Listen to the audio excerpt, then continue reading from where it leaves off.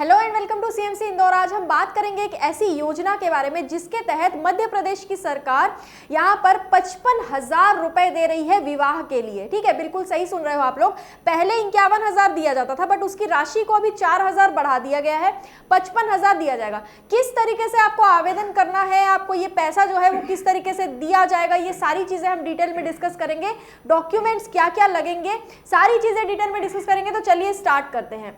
तो सबसे पहले मध्य प्रदेश मुख्यमंत्री कन्या विवाह निकाह योजना, ये इस योजना का नाम है। आपको नाम ध्यान रखना है। अब किसको किसको दिया जाएगा, पात्रता वगैरह भी हम डिस्कस करेंगे। पहले तो देखो, योजना के अंतर्गत कन्या को विवाह के लिए सरकार 55,000 रुपए की मदद कर रही है। यहाँ 51,000 था, पहले 51,000 दिया जाता था, अब सरकार ने बोला राशि बढ़ा रहे हम, 55,000 हम देंगे। ये राशि 3 चरणों में बेटियों को दी जाती है। पहले चरण में डायरेक्टली कैश ट्रांसफर किया जाता है बैंक अकाउंट में, ठीक है। दूसरे चरण में जो पैसा दिया जाता है, वो कुछ राशि जो दी जाती है वो कैश में नहीं दिया जाता है, वो उपहार के रूप में। जैसे बेटियों को मान लो बर्तन दे दिए गए, कपड़े दे दिए गए, है ना, ये उपहार के रूप में सरकार देती है, ये कैश नहीं दिया जाएगा। तीसरे चरण में दिया जाएगा कुछ पैसा जो कि बेटियों के शादियों के आयोजन के लिए दिया जाएगा। जब शादी कराई जाएगी ना, तो जो आयोजन होता है, प्रोग्राम वगैरह करवाते हैं ना, तो उस आयोजन में काफी खर्चा होता है।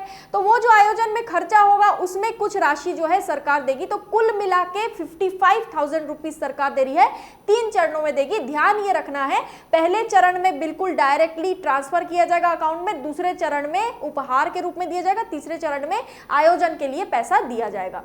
अब सबसे बड़ी बात आती है कि भैया पात्रता क्या होगी, क्राइटेरिया क्या होगा, कौन कौन यहाँ अप्लाई कर सकता है, अप्लाई कैसे करना है। सबसे बड़ी बात पात्रता क्या आती है, क्योंकि लोग सबसे ज्यादा यही पूछते हैं कि भैया हम एलिजिबल है कि नहीं, हम ये फॉर्म भर सकते हैं कि नहीं। तो यहाँ पर देखो, मध्य प्रदेश का मूल निवासी होना बहुत जरूरी है। अगर आप मध्य प्रदेश के मूल निवासी नहीं हो, दूसरे राज्य से आके मध्य प्रदेश में कितने भी सालों से आप बसे रहो, मूल निवासी अगर नहीं है आपके पास प्रमाण पत्र, तो ये योजना आपके किसी काम की नहीं है। बाद में आप ये नहीं बोल सकते कि हम इतने साल से यहाँ रह रहे हैं तो हमको क्यों नहीं इसका लाभ मिलेगा, ऐसा नहीं है। मूल निवासी होना जरूरी है। गरीबी रेखा के नीचे आते हो आप तभी, देखो बीपीएल कार्ड धारक जो होंगे ना, बिलो पॉवर्टी लाइन का एक कार्ड बनता है, उस कार्ड, वो कार्ड अगर आपके पास है तो ही इस योजना का लाभ आपको मिलेगा, है ना। तो सीधी बात यहाँ पर यह है कि गरीबी रेखा के नीचे अगर आप आते हो तो इस योजना का लाभ मिलेगा। आयकर दाता आप नहीं होने चाहिए, इनकम टैक्स आप नहीं भरते हो। देखो सीधी बात है, अगर आपके पास बीपीएल कार्ड है, अगर आप गरीबी रेखा से नीचे आते हो, तो ये साफ सी बात है कि आप आयकर दाता नहीं हो, ठीक है। तो आयकर दाता नहीं होगे तभी आप इस योजना के लिए आवेदन कर सकते हो। कन्या की उम्र, अब यहाँ सबसे बड़ी बात उम्र की आती है। देखो सिर्फ कन्या की ही नहीं, जिससे कन्या की शादी हो रही है उसकी भी उम्र के बारे में यहाँ बताया गया है। दस्तावेज दोनों के लगेंगे। कन्या की उम्र 18 वर्ष होनी चाहिए या उससे अधिक होनी चाहिए, मतलब कन्या बालिग होनी चाहिए। ऐसा नहीं हो जाए कि सरकार जो पैसा दे रही है अच्छे काम के लिए, वो सरकार ही उसमें फंस जाए, है ना। बाद में पता चले कि कन्या की उम्र कम थी, सरकार ने पैसे दे दिए, सरकार को पता ही नहीं है। इसीलिए सरकार ने ये बोला है कि कन्या की जो उम्र है वो 18 साल होनी चाहिए या उससे ज्यादा होनी चाहिए। और दूसरा जो है, जिससे कन्या की शादी हो रही है, जिस लड़के से शादी हो रही है, उसकी उम्र 21 या 21 से ज्यादा, यानी दोनों बालिग। कन्या 18 साल में बालिग हो जाती है और लड़का जो है ना, जो पुरुष है, वो 21 साल में बालिग हो जाते हैं। तो दोनों की शादी जब होगी तो दोनों का अब पता कैसे चलेगा, तो भैया आयु प्रमाण पत्र दिखाना पड़ेगा। अब कई सारे बच्चे, इससे पहले मैंने एक योजना रिकॉर्ड करके बताया था, उसमें कई सारे बच्चों का ये कहना था कि भैया आयु प्रमाण पत्र कहां से लाएंगे। देखो, जो जन्म प्रमाण पत्र होता है ना, तुम्हारा बर्थ सर्टिफिकेट, वही आयु प्रमाण पत्र की तरह काम आता है, ठीक है। परिवार की केवल 2 ही बेटियों को इस योजना का लाभ मिल सकता है। यहां पर ये पॉइंट ध्यान में रखेंगे, अगर किसी के घर में 3-4 बेटियां हैं तो उन सभी बेटियों को लाभ नहीं मिलेगा, सिर्फ 2 बेटियों को लाभ मिलेगा, ठीक है। युवक को घर के टॉयलेट के साथ एक सेल्फी फॉर्म के साथ अटैच करना पड़ेगा। देखो यहाँ पर एक बात है जो आप लोग को ध्यान में रखनी है जब आप इसके लिए अप्लाई करोगे।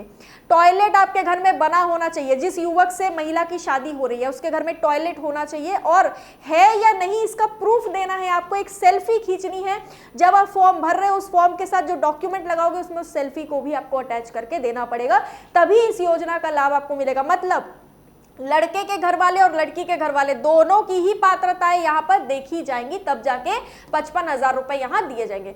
अब बात आती है दस्तावेज की, है ना, डॉक्यूमेंट्स क्या क्या लगेंगे, इसको लेकर भी बहुत ज्यादा परेशान रहते हैं लोग। तो देखो, स्थानीय प्रमाण पत्र, मैंने क्या बताया, मूल निवासी होना जरूरी है, दूसरे स्टेट के लोग यहाँ आके बसे हैं तो उन पर ये योजना जो है उनको इसका फायदा नहीं मिलेगा।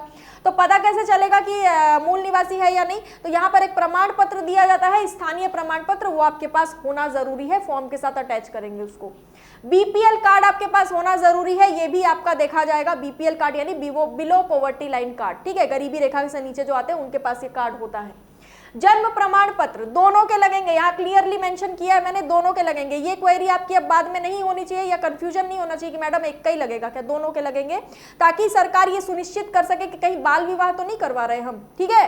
देखो, अब जन्म प्रमाण पत्र लगेगा ताकि एज के बारे में पता चल सके। बैंक के पासबुक की कॉपी लगेगी, पैसा आपके अकाउंट में डायरेक्टली ट्रांसफर करना है तो भैया बैंक के पासबुक की कॉपी, अकाउंट नंबर वगैरह, आईएफएससी कोड ये सरकार के पास होना चाहिए ना।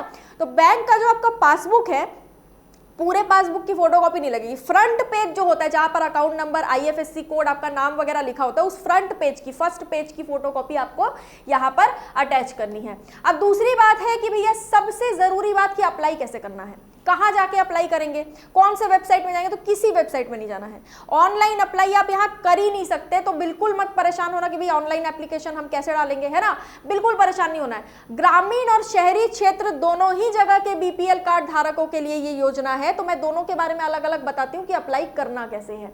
ऑनलाइन फॉर्म इसका कोई मौजूद है नहीं, ग्रामीण लोगों को ग्राम पंचायत या जनपद पंचायत में जाना पड़ेगा, ठीक है, अपने अपने ग्राम पंचायत या जनपद पंचायत के ऑफिस में आप जाएंगे, वहां पर आप बोलेंगे कि भाई इस योजना के तहत मुझे आवेदन करना है, तो मुझे फॉर्म दे दो, मैं डॉक्यूमेंट लेकर आया हूं या आई हूं, अपने डॉक्यूमेंट सबमिट करेंगे, आप अपनी सेल्फी जो है टॉयलेट के साथ लड़के वाले जो है वो दे देंगे, वो सारी चीजें आप अटैच करेंगे, ऑफलाइन फॉर्म आपको मिलेगा, हार्ड कॉपी मिलेगी, उसके बाद आप उसको भर के जमा कर देंगे, आपका काम हो जाएगा। ये ग्रामीण क्षेत्र में।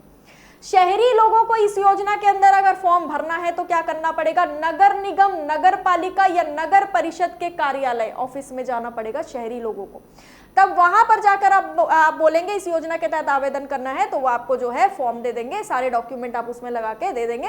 मतलब कोई उतना परेशान होने की बात नहीं है, फॉर्म आपको ऑफलाइन मिलेगा, ऑनलाइन आपको कुछ नहीं करना है, ठीक है। तो आई होप आपको ये पूरा टॉपिक बहुत अच्छे से समझ में आया होगा।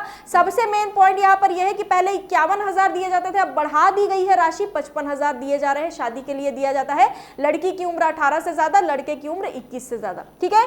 तो किसी भी तरह का डाउट है, कंफ्यूजन अगर आपको हो तो आप मुझे कमेंट बॉक्स में पूछ सकते हैं। वीडियो को लाइक करेंगे, चैनल को सब्सक्राइब करेंगे, वीडियो को ज्यादा से ज्यादा शेयर करेंगे। आज के लिए इतना ही, थैंक यू सो मच।